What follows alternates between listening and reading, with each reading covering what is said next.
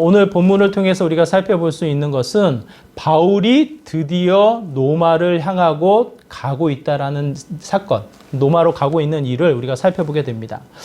그래도 하나님의 뜻이 그곳에 있었고 바울 역시도 그곳에 가야겠다라는 마음을 가지고 있었기 때문에 그래도 참 감격스럽고 기쁜 시간들이 되지 않을까 싶은데요. 바울의 여정을 살펴보면 1절에서부터 8절까지의 말씀을 가만히 그 상황을 그려보면 결코 쉽지 않았던 그 길을 우리가 예측할 수 있습니다. 느낄 수 있습니다. 한번 생각해 보시죠. 예수님이 이 땅에 오셨어요. 이 땅에 오셔서 환희와 기쁨과 감격과 감동의 시간들을 보내셨나요? 아니면 수많은 아픔과 환난과 어려움의 시간을 보내셨나요? 예수님의 이 삶을 한번 그려보세요. 참 하나님이심과 동시에 참 인간으로 이 땅에 오셔서 뭔가 우리에게 모델이 되어지고 뭔가 인생에 대한 하나의 가르침을 주시지 않았겠어요? 그냥 그 시간에 의미 없이 지나가진 않았을 것 같은데 예수님의 삶을 통해서 우리가 볼 수 있는 것은 무엇입니까? 참 인생살이 쉽지 않다라는 것. 그 인생살이 어려움 속에 예수님을 통해서 볼 수 있는 어려움, 환난, 이 힘겨움은 무엇일까? 한번 생각해 보신 적이 있으신가요? 참 하나님이시잖아요. 그렇죠? 참 하나님이신과 동시에 참 인간으로서 받아야만 하는 아픔과 상처는 무엇일까? 뭐 살점이 떨어져 나가는 채찍일까요? 아니면 머리에 이 가시가 박히는, 우리는 조그만 가시도 아파가지고 제대로 움직이지도 못하고 그 가시를 빼려고 하는 게 우리들의 연약함인데 이 머리에 가시관을 쓰셔서 조금이라도 움직이면 이 머리가 찔려서 아픈 고통을 당하시는 그 상황이실까요? 무엇이 예수님에게 가장 아픔이었고 눈물을 흘리는 일이 벌어졌을까? 어떤 모습일까요? 네? 잘 안 들려요. 멸시? 사람들이 자신을 무시하고 또한 제대로 알아주지 못하는 멸시. 어쩌면 그 마음도 같이 공감이 될 수 있는 부분이라고 생각을 해요. 주중에 제가 여러분에게 이게 나눠드린 말씀의 한 부분이 예수님이 눈물을 흘리는 장면이 있어요. 예루살렘 성을 바라보시면서 눈물을 흘리시는 예수님의 마음. 많은 사람들의 멸시보다는 제가 생각했을 때에는 제자들, 그래도 예수님을 찬양하고 예수님을 따르던 수많은 사람들이 예수님의 마음을 온전히 알고 있었나요? 모르고 있었나요? 저는 그 마음인 것 같아요. 충분히 예수님을 찬양하고 있습니다. 예수님을 좋아해서 따르고 있습니다. 제자들 역시도 예수님과 함께 3년의 시간을 보내고 있는데 마지막 때에 갈수록 예수님의 마음을 이해를 하지 못해요. 예루살렘 성을 바라보시면서 채찍이 두려워서 수많은 사람들의 멸시가 두려워서 수많은 아픔과 고통이 두려워서 눈물을 흘렸다? 저는 그렇게 생각되지 않아요. 그 마음은 무엇일까 헤아려 보면 이 예루살렘, 그곳에 모여있는 수많은 백성들, 자신을 따르고 있는 수많은 이들이 아직 충분히 그 마음을 알지 못하는 상황 속에 눈물을 흘린 것이 아닐까. 더 나아가서 십자가 사건을 통해서 우리가 살펴볼 수 있는 예수님의 아픔 무엇일까요? 하나님과 단절되어지는 순간. 여러분 기억하십시오. 아담이 죄를 범함으로 말미암아 이 죄의 심판이 주어집니다. 그 심판이 무엇입니까? 정령 죽으리라. 이 선악을 알게 하는 열매를 먹는 순간 하나님의 말씀에 불순종하여서 그 죄의 결과가 무엇으로 주어져요? 정령 죽으리라. 아담과 하와가 죽었습니까? 안 죽었습니까? 안 죽었어요? 죽었어요. 시간의 흐름 속에 죽었지만 당장 그 자리에서는 죽지 않았어요. 그래서 많은 사람들이 이 뱀이 왜곡해서 이야기하잖아요. 너 이거 먹어도 죽지 않아.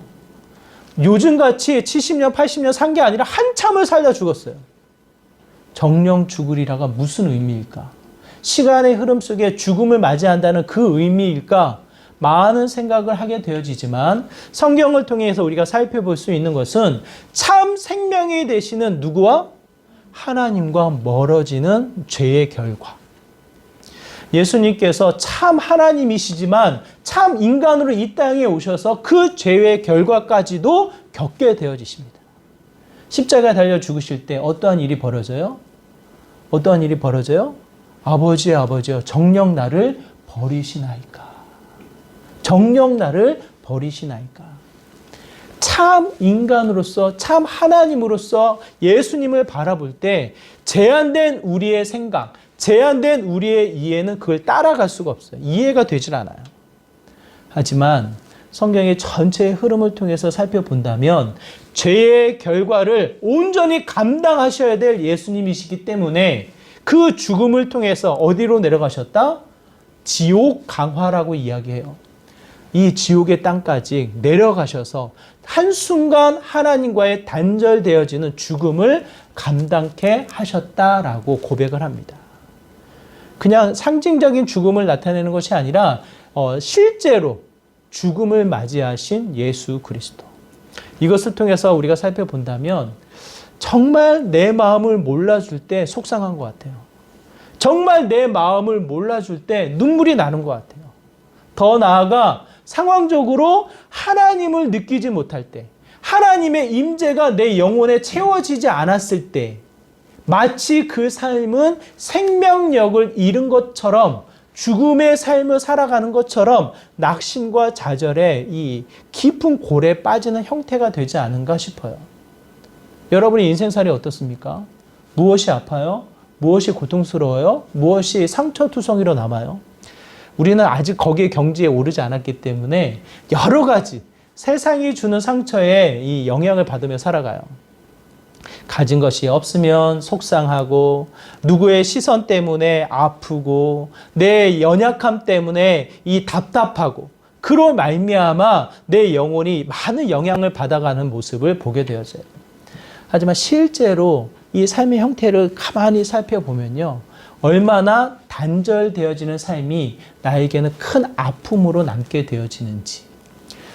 최동배의 기질을 여러분 어떻게 생각하십니까? 많은 사람들을 만나면서 에너지를 얻어가는 사람인 것 같아요? 아니면 혼자 있는 시간을 통해서 에너지를 많이 얻어가는 사람인 것 같아요? 1번, 많은 사람들을 통해서 에너지를 얻는다. 2번, 혼자 있을 때 에너지를 많이 얻는다. 어떤 사람 같아요, 저? 2번? 확실해요? 역시 집사님 저를 잘 아시네. 틈틈이 제가 말씀드렸나? 저는 2번에 속해요, 2번. 혼자 있는 시간을 누려요. 혼자 있는 시간을 통해서 더 많은 생각과 많은 일들을 해요. 그럼에도 불구하고 혼자 있는 시간이 길어지면 길어질수록 이 마음에 우울감이 생기는 것 또한 느끼게 되어져요. 중요한 포인트입니다. 선교사님들이 선교 현지로 나가요. 가장 어려워하는 게 뭘까요? 가장 어려워하는 거. 제일 어려워하는 거 제가 말씀드렸어요. 자녀예요, 자녀. 나는 사명감 가지고 왔는데 자녀들은 아직 사명감이 안 채워져 있거든요. 엄마 아빠를 따라오다 보니까 이 마음의 짐, 여러 가지 풀어야 나갈 일들이 닥치게 되어져요. 눈앞에 보이는 자녀 때문에 힘들어요. 그런데 이 시간의 흐름 속에 자녀가 안정되어지고 사역이 좀 더 안정되어져 가는 시간의 흐름 속에 찾아오는 이 두 번째 힘겨움이 뭔지 아세요? 두 번째 힘겨움. 시간이 지나면 지날수록 더 커지는 거. 그게 외로움이에요, 외로움. 이 중동 지역은 특히나 이 사역이 활발하게 진행될 수 없기 때문에 이 성도들이 늘어나질 않아요. 복음을 대놓고 증거할 수가 없어요. 특히 터키 지역. 제가 터키 지역을 방문해서 선교사님 몇 분을 만났는데 그분들의 이 사역의 비전은 그래요. 10년, 20년, 30년 사역이 마무리되어지는 그 순간 한 영혼이라도 제자를 양육하면 좋겠다. 그게 그분들의 비전이에요. 그러면 일상에서 어떠냐? 선한 그리스도인으로 그냥 살아남는 것. 그게 일상의 비전이고 평생의 사역의 이 목표, 평생의 목표의 이 하나의 열매는 한 영혼이에요. 한 영혼. 그야말로 한 영혼. 그만큼 사역의 열매가 쉽게 맺어지지 않는 정말 어려운 상황 속에 그분들이 고백하는 것은 정말 외롭다라는 것. 함께 나눌 사람이 없을 때는 더더군다나 이 힘겨움을 이겨나가기 어렵다라는 것. 그래서요, 선교사님들을 방문하는 또 사역이 있어요. 이 선교사님 본부에서 파견한 이 선교사님의 본부에서 그 선교사님들을 돌아다니면서 방문하는 이 본부 선교사님이 계셔요. 그분이 주로 하는 일이 그거예요. 우울감, 그 마음의 실패감, 그 마음의 낙심을 다시 위로하고 힘을 얻게끔 하는 형태, 상담을 하는 일들을 또한 본부 사역에서 하게 되어져요. 제가 이렇게 길게 나열해서 설명하는 내용은 무엇입니까? 우리의 근성에 남아있는 내용이 뭐예요? 단절에 대한 어려움, 단절에 대한 이 힘겨움이 우리의 삶 가운데 놓여져 있다는 뜻입니다. 오늘 바울을 한번 생각해 보세요. 바울이 배를 타고 떠나기 직전 몇 년의 시간을 보내게 됩니까? 감금되어졌어요. 이래저래 이 5번의 재판을 거치면서 몇 년의 시간이 가요? 벨릭스를 통해서 몇 년이 시간이 갔다고 그래요? 기억해 보세요. 몇 년? 2년이에요. 2년의 시간이 갔어요. 벨릭스 때문에 2년의 시간이 가면서 감금되어져 있는 바울의 형태예요. 본인은 죄가 없다고 생각을 해요. 또 이 재판을 거치면서 분명하게 드러나는 것은 유대인들의 모함으로, 유대인들의 공격으로 자신이 갇혀 있다는 것을 겪게 되어져요. 2년의 시간이 지나요. 물론 시민권자라서 나름대로는 이 좀 더 넓은 집과도 같은 곳에 머물러 있었다라고 우리가 생각이 되어지지만 그럼에도 불구하고 행동이 제한되어지고 만남이 제한되어지고 사역의 이 확장이 전혀 이루어지지 않는 마치 멈춰 있는 듯한 바울의 형태. 근데 오늘 본문에서 드디어 노마로 가게 되어져요. 노마로 가게 되어지면 하나님이 말씀하셨잖아요. 19장에 이미 너로 하여금 노마로 가야 될 것이다. 노마에 가서 동일하게 하나님을 증거하는 일을 벌리게 될 것이다. 하나님의 마음, 하나님의 뜻이 그곳에 알려져 있잖아요. 그러면 우리의 생각은 뭡니까? 드디어 노마로 가니까 그냥 빨리 도착을 해서 능력 있는 말씀의 복음을 증거하면 참 좋겠다. 이게 우리의 생각 아닌가요? 그렇지 않아요? 그런데 그 바울에게 처한 상황은 무슨 상황입니까? 바울에게 처한 상황. 오늘 본문 1절에서 8절의 내용을 집에 가서 가만히 살펴보세요. 경로가 나와요. 경로. 바울이 노마로 가면서 배를 타고 가게 되어지는데 그 배를 타고 가게 되어지면서 자세한 설명이 누가를 통해서 오늘 본문에 기록되어졌어요. 27장은 일반적인 역사가들이, 일반적인 지리학자들도 이 본문을 활용해서 그 당시에 항해를 어떻게 했는지 항해 노선을 연구하는 자료로도 사용이 되어져요. 그만큼 이 누가의 성격이 잘 표현되어져서 이 자세하게 기록되어진 내용이에요. 이 강풍이 부니까 어떠한 노선을 따라 움직입니까? 강풍이 부니까 바람이 부니까 어떻게 해요?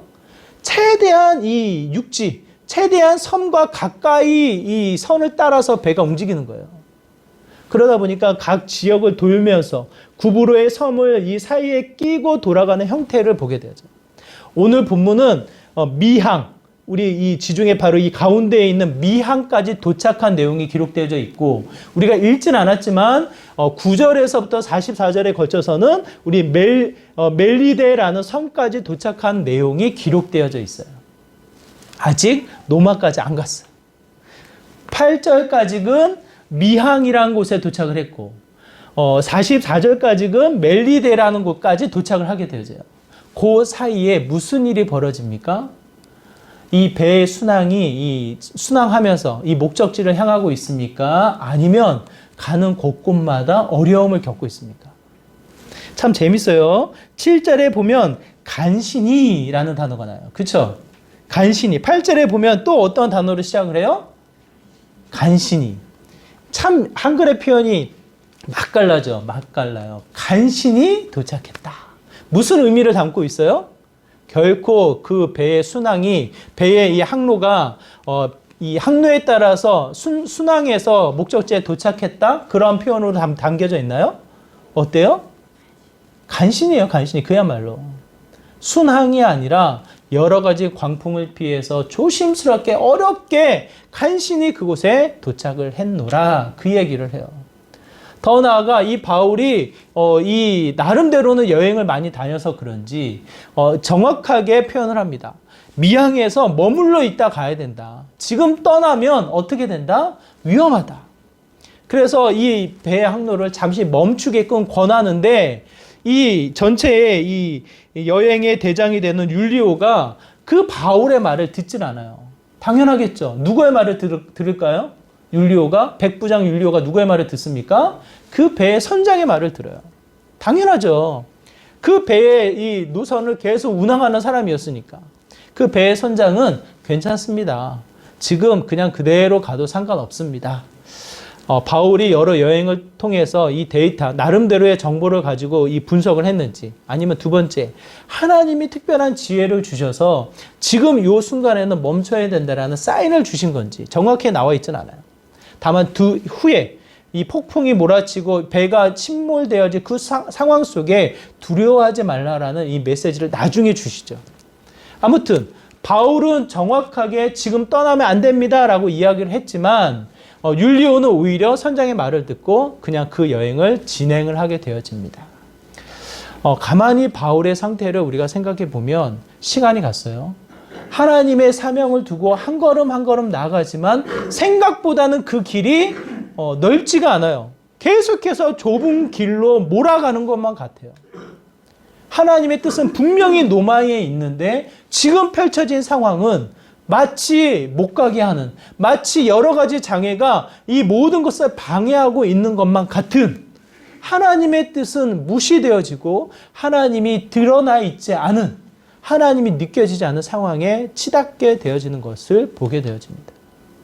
여러분이 만약 바울의 상황이면 어떻겠냐고요. 어쩌면 지금 여러분의 인생살이에도 동일한 이 상황을 겪고 있지 않을까 싶어요. 분명히 나는 하나님을 믿어. 분명히 나는 하나님이 너무 좋아. 내 삶의 주인으로 고백을 해요. 그런데 다른 사람들과 이 마음이 단절되어져 있어요. 외로워. 하나님 이래도 나에게 말씀해 주신다면, 하나님 이래도 그 생명력을 내 영혼에 부어주신다면 살아남을 것 같은데 마치 침묵하고 있는 것만 같은 하나님의 모습.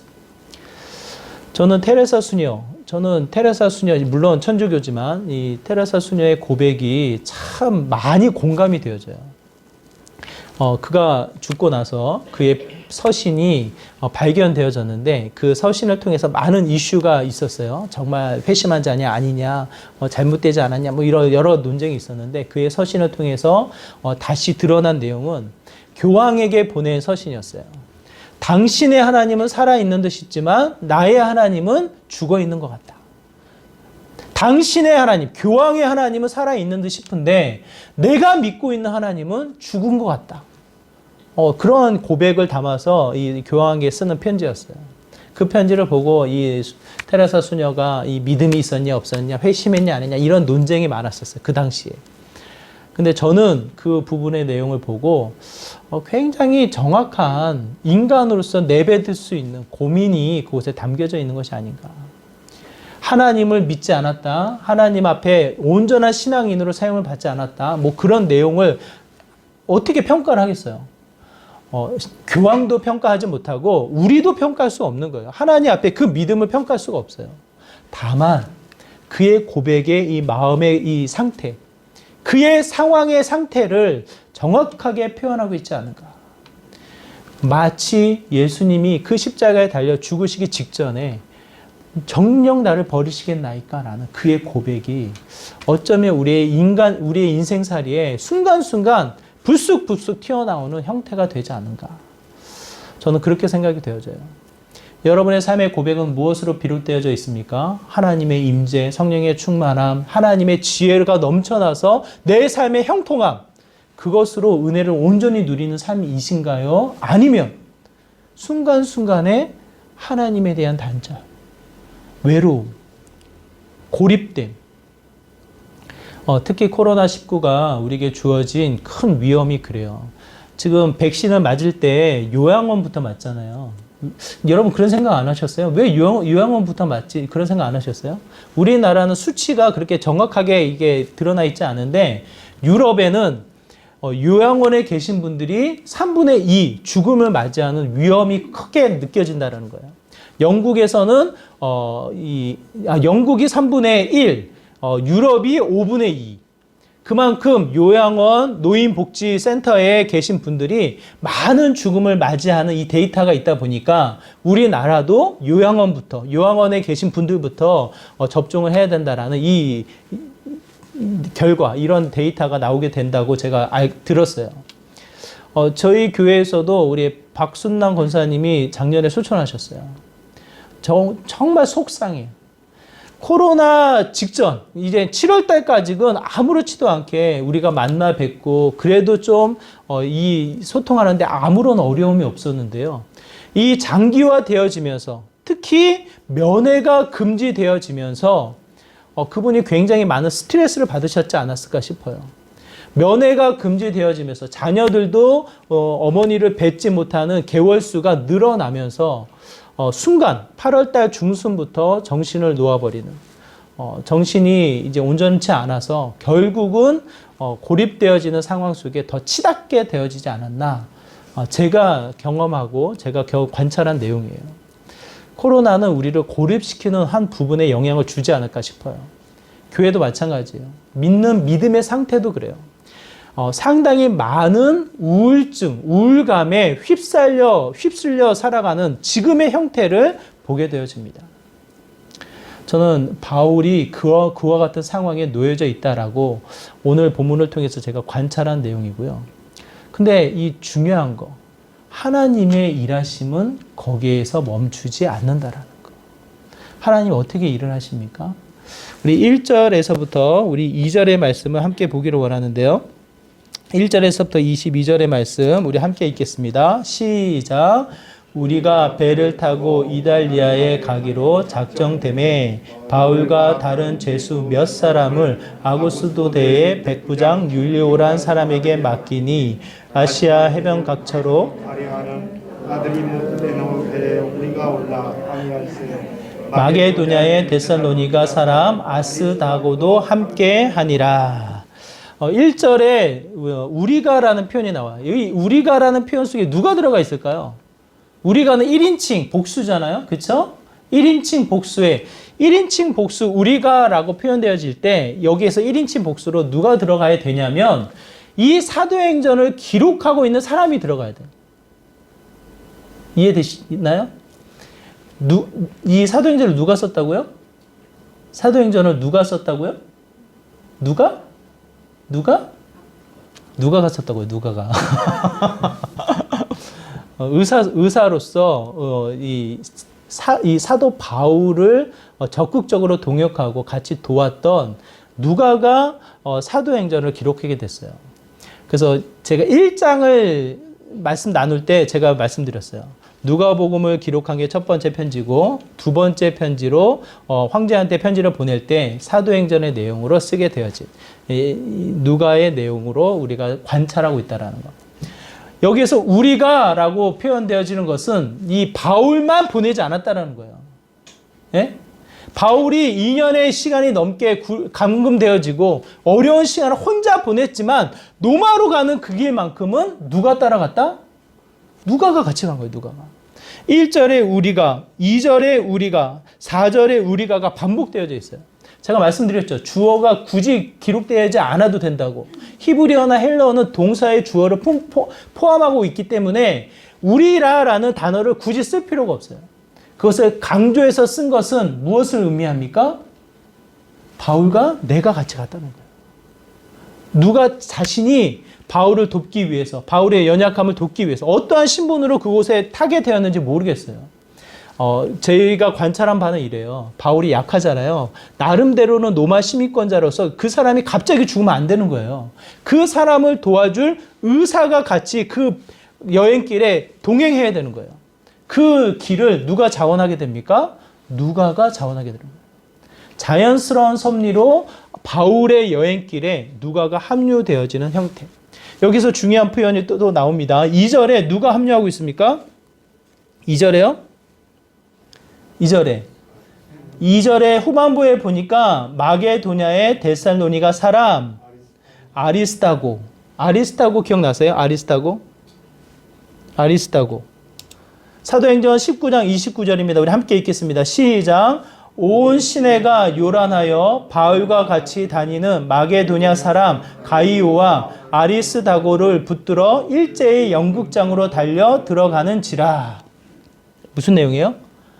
에베소 교회에서 바울이 이 사람들 앞에 복음을 전하다가 큰 역사가 벌어지잖아요. 그들이 갖고 있는 마법책을 다 태워버리잖아요.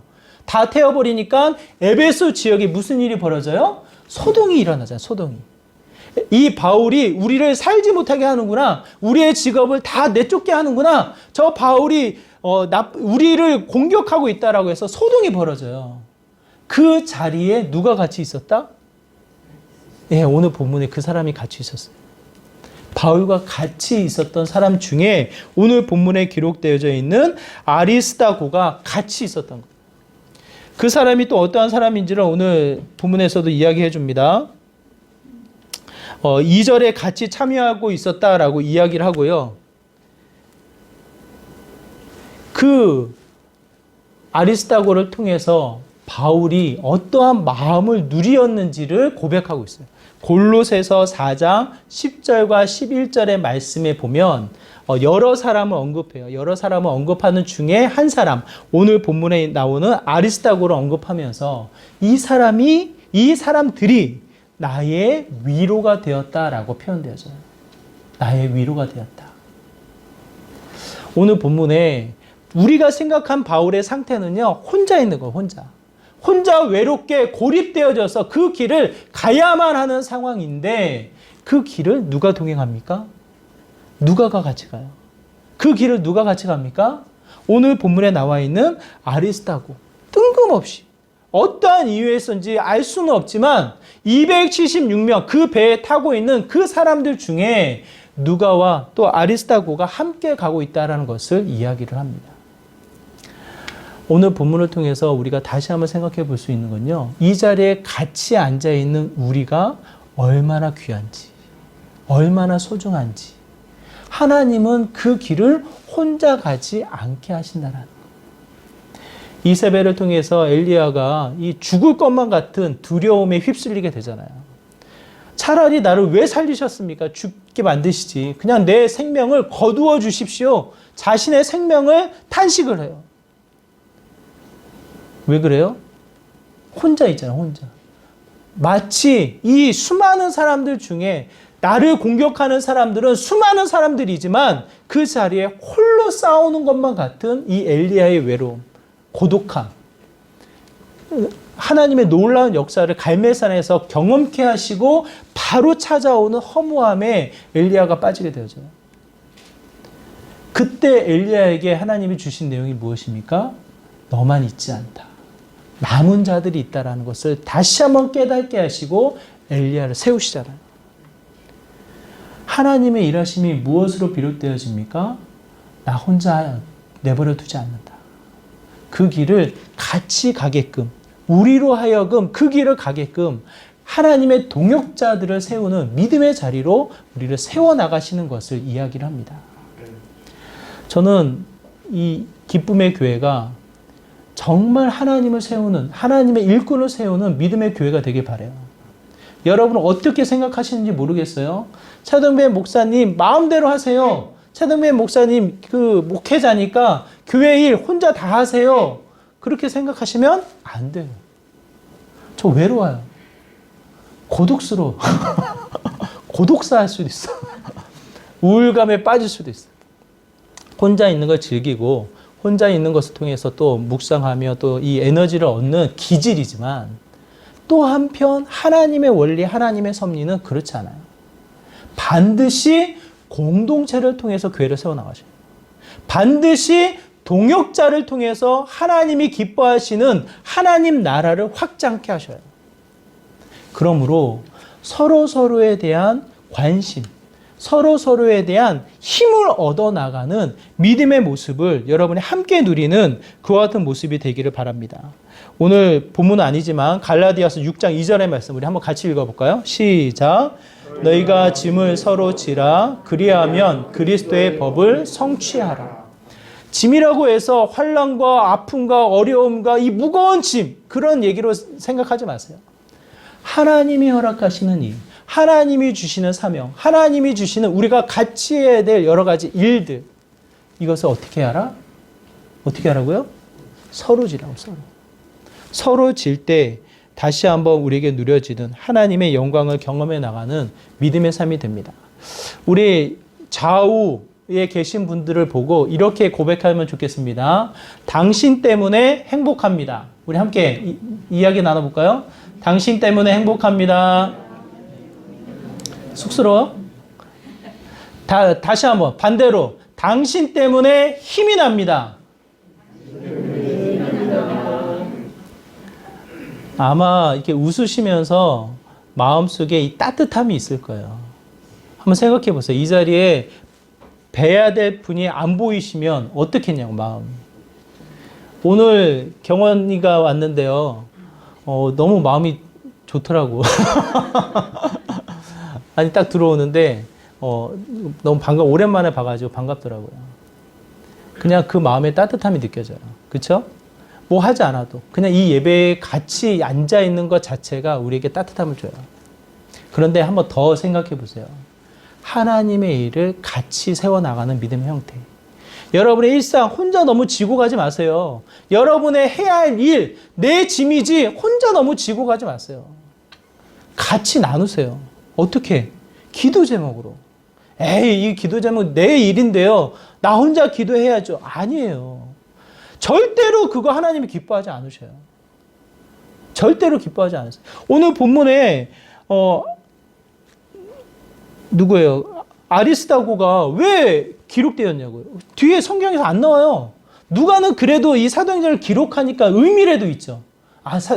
누가가 가서 이 모든 것을 보고 자세하게 기록하니까 그래도 역할이 있죠. 아리스다고는 왜 같이 갔냐고요. 알 수가 없잖아요. 기록이 안 되어져 있어요. 그럼 무의미한 건가요? 그렇지 않아요. 바울이 항상 서신을 마무리하면서 수많은 사람들의 이름을 기록하고 있습니다.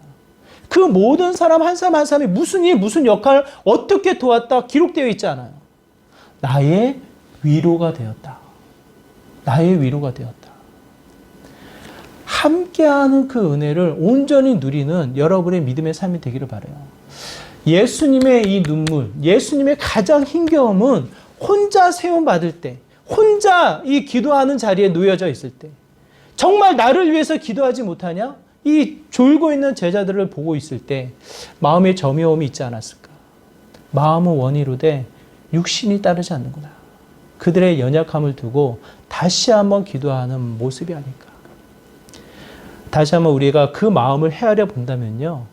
좀 같이 하는 것, 같이 동역하는 은혜를 누리는 믿음의 삶을 여러분 기대하시면 좋겠어요. 여기서 더 나아가 같이 할 때 누구를 보게 되어지느냐? 바울이 누구를 증거합니까? 우리가 읽진 않았지만 23절, 24절, 25절. 자신이 경험한, 자신을 찾아온 하나님의 사자, 하나님의 은혜를 이야기해요. 만약 그 바울이 함께하는 누가가 그 자리에 없었다면, 만약 같이 함께했던 아리스다고가 그 자리에 없었다면 그 하나님을 경험할 수 있겠냐고요.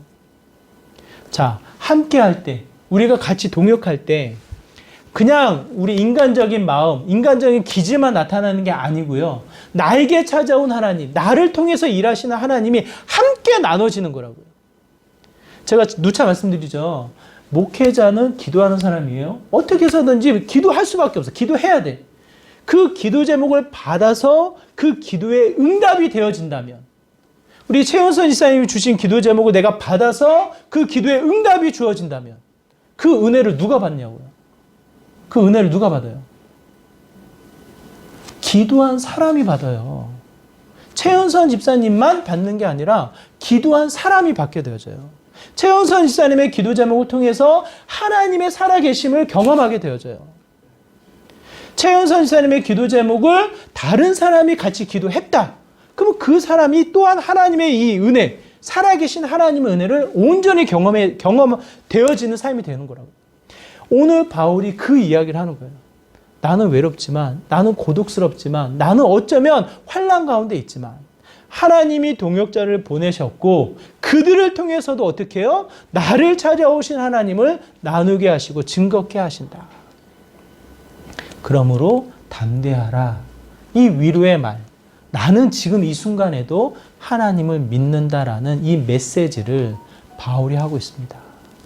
저는 정말 이 자리에 있는 여러분들이 살아있는 믿음의 공동체, 서로 그 짐을 나눠지면서 하나님이 은혜를, 나에게 부어주신 은혜를 함께 나누어 나가는 믿음의 공동체가 되었으면 좋겠어요. 그게 생명력이에요, 그게 살아있는 하나님을 경험하는 거예요. 저는 이번 주에도요, 정말 저는 가만히 있었어요. 기쁨의 교회에 가만히 있었어요. 근데 막 전화가 와서, 몰라요. 저는 좀 그런 걸 이렇게 근성이 안 맞는데, 뭘 주겠대요, 자꾸. 그래서 왜 주냐고. 근데, 주겠대요. 보내라고. 그래서 다음 주에 또 올 것 같은데, 이렇게 의약품을 보내겠대요. 의약품을 필요한 거 없냐고 좀 적어달래요. 그래서 비타민, 마스크, 파스, 그런 거를 제가 적어서 보냈어요. 이거 왜 보내냐? 전도하래요, 전도용품으로 쓰라고 나한테 보내겠대요. 그래서, 전도를 안 해서 전도하라고 하시는 건가. 제 마음은 이래요. 가만히 있는데 하나님의 일하심을 계속해서 나누게 하는 형태를 주시는 것 같아요. 만약 그걸 받아서 저만 쓴다고 하면 생각해 보세요. 나 혼자 비타민 먹고, 나 혼자 아픈데 파스 붙이고, 나 혼자 갖고 있다가 써야지. 그러면 아껴서 그것이 무엇이 될까요? 흔한 말로 응용이 된다고. 저는 그렇게 생각을 해요. 주신 것을 흘러내보내고 주신 것을 또 증거하고 함께 나누어 나갈 때 정말 그것은 무엇이 됩니까? 나눔이 되어지고 나눔을 통한 하나님의 생명력이 증거되어지는 축복의 통로가 되어진다고 저는 확신을 해요.